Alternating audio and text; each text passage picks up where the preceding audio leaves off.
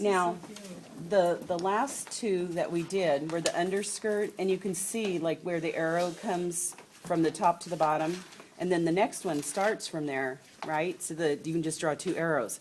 The tiers are different because there's overlap. And so the tiers go from the top, down, and then it goes back up and down, and back up and down. Does that make sense? Because there's overlap. So this is where you have to be careful. So I want you to write this down. Okay, so top tier, to the bottom of the top tier. So top tier to the bottom, 7 3/4. Okay, so 7 3/4, and that's basically going along the side seam where we did before, and it's basically 2 inches below where the underskirt line, because that allows for that overlap of that seam, and we don't have that seam showing that way.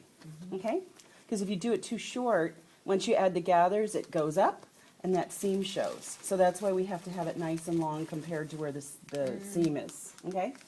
All right. So we're measuring from the tip over here, 7 3/4 down? Right. So that's right there? Right. We Okay. measured from there before, and we did the 5 3/4. Now it's 7 3/4. Okay?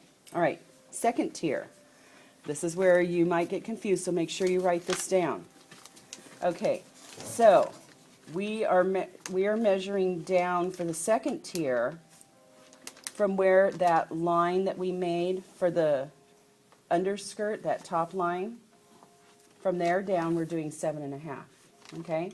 So from the line where that underskirt, that upper underskirt was, down 7 1/2. And you can see it by my red arrow right here. Do you see that? Yeah.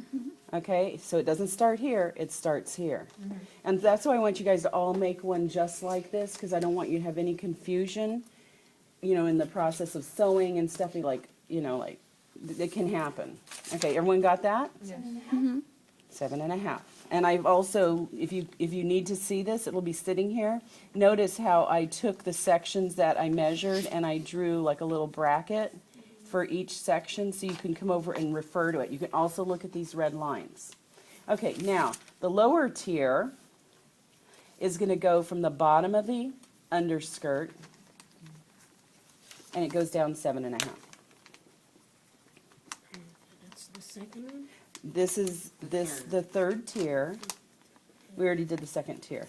The third tier goes from the bottom of the underskirt down 7 1/2.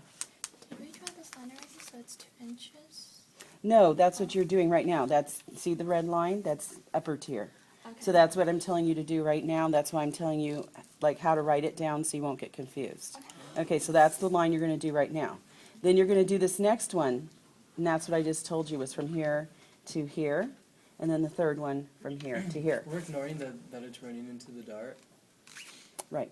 Okay. Right now we're just mapping. Yeah. We have to map this before we can create our flare.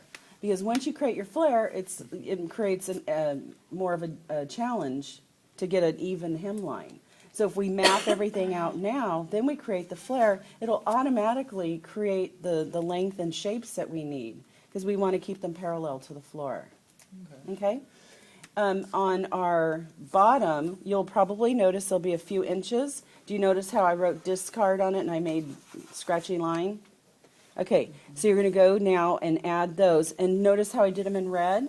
If I were you, I would do these arrows in red as well. And if you want, you can do these lines in red, if that helps you, so that you know where to trace, because you don't want that confusion. Okay, go spend a few minutes.